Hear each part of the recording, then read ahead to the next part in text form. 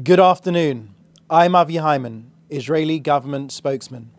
Today is day 178 of the October 7th war. 178 days on. Our war aims remain the same. Destroy Hamas, bring home the hostages, ensure that Gaza never becomes a threat to us again. First, I'll start with an update on our casualties from this war. We've reached a painful milestone. IDF fatalities since the start of the October 7th massacre have unfortunately risen to 600. That's up 3 since our last briefing on Thursday. The people of Israel grieve with the families of Sergeant Major Alon Kudishov, who was 21, from Modi'in and fell in battle in southern Gaza. Family and friends have spoken about a quiet leader who loved people. We worried about him because the Alon we knew was someone who always ran ahead. With Alon, they said it was little talk and a lot of action. Sergeant First Class Sivan Weil was aged 20 from Ra'anana.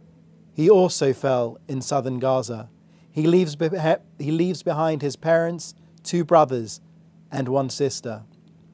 Sivan and his family immigrated from France, and he was active in the French Jewish scouting movement. Staff Sergeant Nadav Cohen was aged 20 and was from Haifa. He fell in the south of Gaza. His high school teacher characterized Nadav as a boy with a captivating smile and endless giving, always the first to volunteer, to lead, to serve as a personal example. Our hearts go out to all the families of those soldiers killed in action, as well as those who were murdered, taken hostage, and wounded. Next, I want to deal with reports of food insecurity in Gaza ahead of the Integrated Food Security Phase classification known as the IPC. They made their doomsday predictions. Well, COGAT, which coordinates, facilitates humanitarian aid entering Gaza, says the report quotes Hamas figures uncritically. So the report presents an inaccurate image with multiple factual, methodological flaws and information gaps. It relies on problematic sources, including the Hamas-run Gaza Ministry of Health. So a report, outdated even before its publication, is parroted internationally and the UN take their word for it. To repeat, COGAT confirms it's a bad assessment based on an out-of-date picture. Just yesterday, 205 aid trucks carrying humanitarian aid were inspected by Israel and transferred to Gaza. There is a stable food supply in southern Gaza. 242 packages of food carrying hundreds of thousands of meals were airdropped over northern Gaza since the start of March. An average of 140 daily food trucks have entered Gaza. Before the war, only 70 food trucks entered Gaza daily.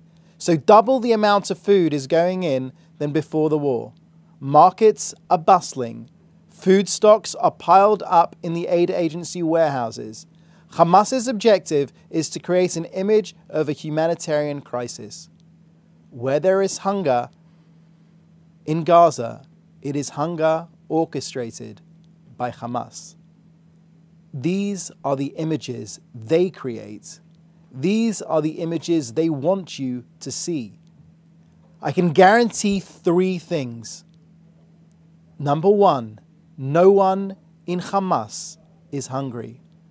Number 2, Hamas and other criminal and terrorist gangs steal the aid. Number 3, Hamas wants to maximize the suffering of ordinary Gazans. Why? To stop the war, to protect their own skins. Today and every day, we are filling Gaza with aid by land, air, and sea. Moving on to the situation at the Shifa hospital. I believe that the terrorist takeover of Shifa and the subsequent Special Forces operation to clear the hospital of terrorists will be studied by future generations of military strategists at West Point and Sandhurst as the gold standard for urban warfare. The Prime Minister confirmed, and I quote, "Our forces operated there in an exemplary fashion. Shifa has become a main terrorism command center for Hamas. The surprise action by our forces was precise and surgical." On Rafah, the Prime Minister confirmed, "I have approved the IDF operation plan for Rafah.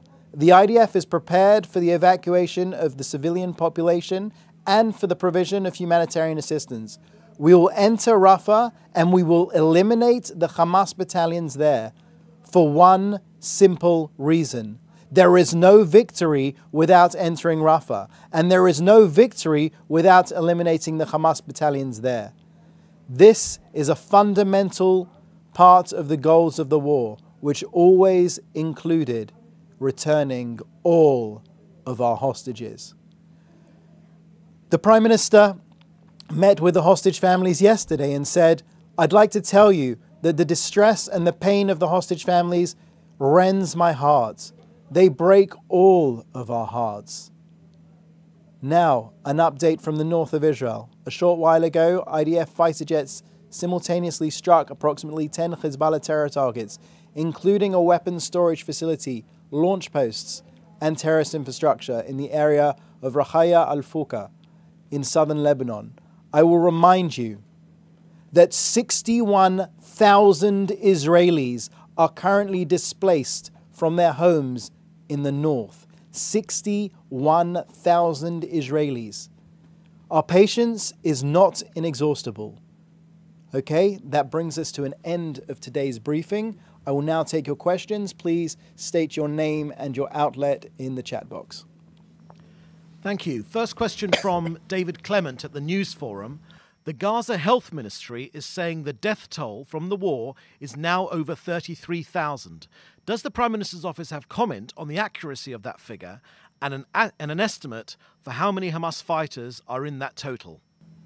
Well, what I can confirm to you without a doubt is what happened on October 7th, when Hamas plowed through our borders, killing children in front of their parents, parents in front of their children, raping young girls in front of their parents, burning entire families alive. Hamas is a brutal, brutal terror organization that must be destroyed, and that's what we're going to do. Now, that being said, Hamas is that same organization that puts out numbers. Hamas is that same organization which has a reason to put out the numbers. It is their very modus operandi to say that the more civilians that people think have lost their lives, the more likely it is for Hamas to stay in power. That's what they want, to stay in power. Now, I can tell you, as we've said before, that we have killed well in excess of 12,000 Hamas and Islamic Jihad terrorists. A liberal estimate of those who were taken off the battlefield, meaning those who've been killed, detained, and injured, is well over 25,000. Our fight is with Hamas, not the people of Gaza.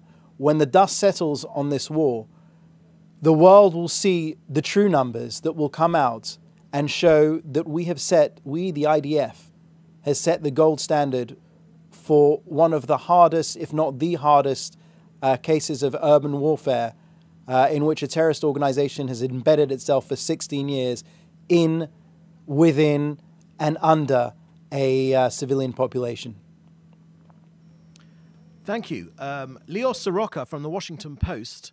According to Reuters, US and Israeli officials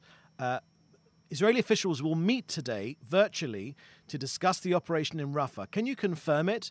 And is the meeting instead of the Israeli delegation that was supposed to visit the US?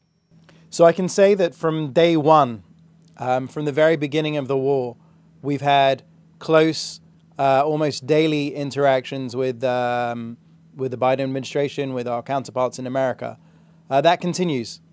I'm not going to speak specifically as to whether a meeting is taking place or will take place. I can just say that those channels are open, will continue to be open. America remains our strongest ally and closest of friends. And two things are clear. One, we must go into Rafah. Two, we're happy to speak to our closest ally and discuss tactics and that sort of thing, but we must go into Rafah. We are a sovereign state. There are 4 of the last Hamas battalions in Rafah, and they must be eliminated for the sake of the children of Gaza and for the sake of the children of Israel. Thank you. Question from Jay Ludden from NPR. The head of the Palestine Monetary Authority says Israel has refused to transfer money to the West Bank or to southern Gaza, from the West Bank to southern Gaza. Is that true? And if so, why? And does Israel have any plan to address the cash shortage in Gaza? So I'll say 2 things. Firstly, I have seen those reports, but that is a question that should be directed at the finance ministry. And I will say, as far as cash flow is concerned in Gaza, what I can tell you is that when the IDF has raided multiple Hamas outposts, including Yahya Sinwar's personal bunker, we found millions of shekels there, and many dollars. So we know that Hamas has money. We know that we're going after that money. And I have nothing more to comment on that. Question from Frederick Eager from Interplanetary Television. Are we closer or further away from an acceptable hostage deal for Israel? If further away from a hostage deal, as the continuation of hostage talks likely influence the decisions to launch the operation in Rafah, how imminent is this operation? Our stated goals of the war have not changed from day one of the war. We will destroy Hamas, we will bring home every last hostage, and we will ensure that Gaza no longer poses a threat to Israel. Now, that being said, we will keep up all diplomatic channels. We will continue all diplomatic channels and do everything that we can to bring home the hostages, as my Prime Minister has said again and again and again, and as is actively happening. One thing we learned when we were able to enable the release of close to half of the hostages back in November was that 2 things do it, the carrot and the stick. Military pressure needs to be applied on Hamas. Hamas needs to be on their knees begging please for some respite, for a breather. That's what brought them to a deal, while the diplomatic channels were used at the same time. So we will continue. One thing doesn't rule out the other. We need to go into Rafah. We need to destroy Hamas, and the hostages need to come home. Now, let me remind you all that this war can end right now, with Hamas putting their hands in the air, waving a white flag, surrendering unconditionally to our forces, and releasing the 134 Israelis being held, men, women, children, babies. It is a crime against humanity, and there is no reason for this war to go on if they would just surrender and release the hostages.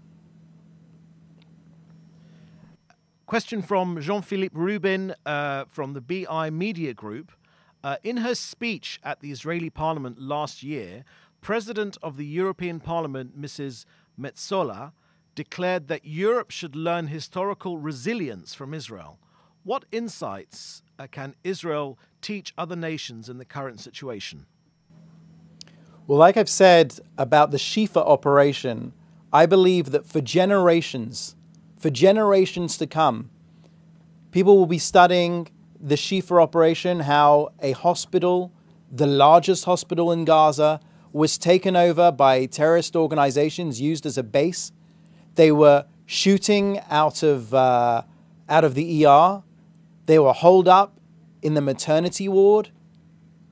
We know that when people think of maternity wards, they think of beautiful times, that maybe the best times in their lives, waiting for the arrival of a newborn. But what we found in the maternity ward was not newborns.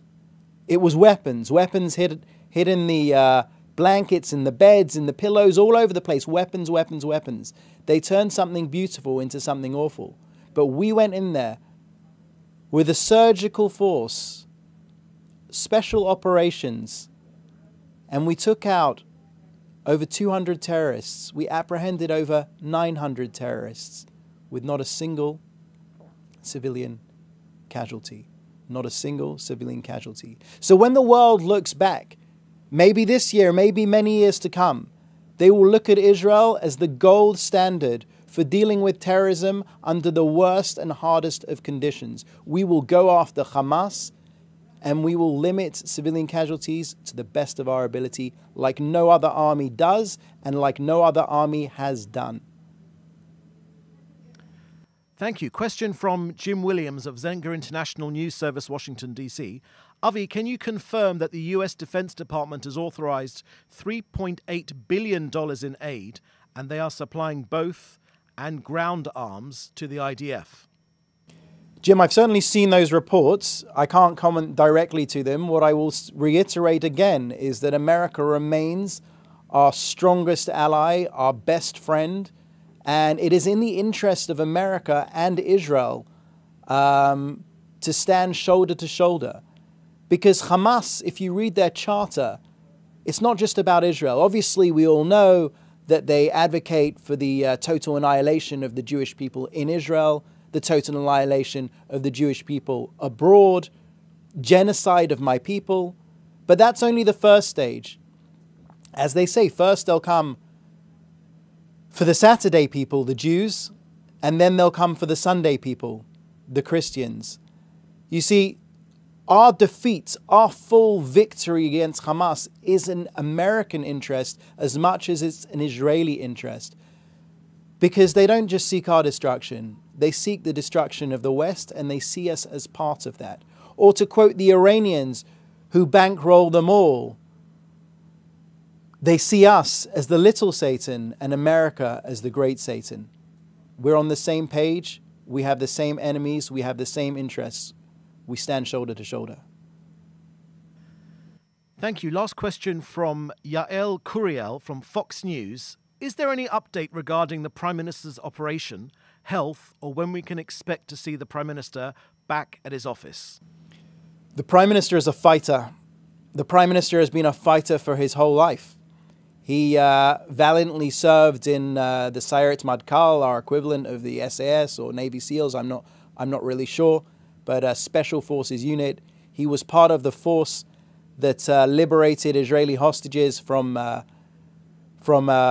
airplane that had been taken hostage by Palestinian terrorists. He was shot in the arm in that mission. Our Prime Minister is strong. He has finished his operation last night. He is already back to taking phone calls and running the country.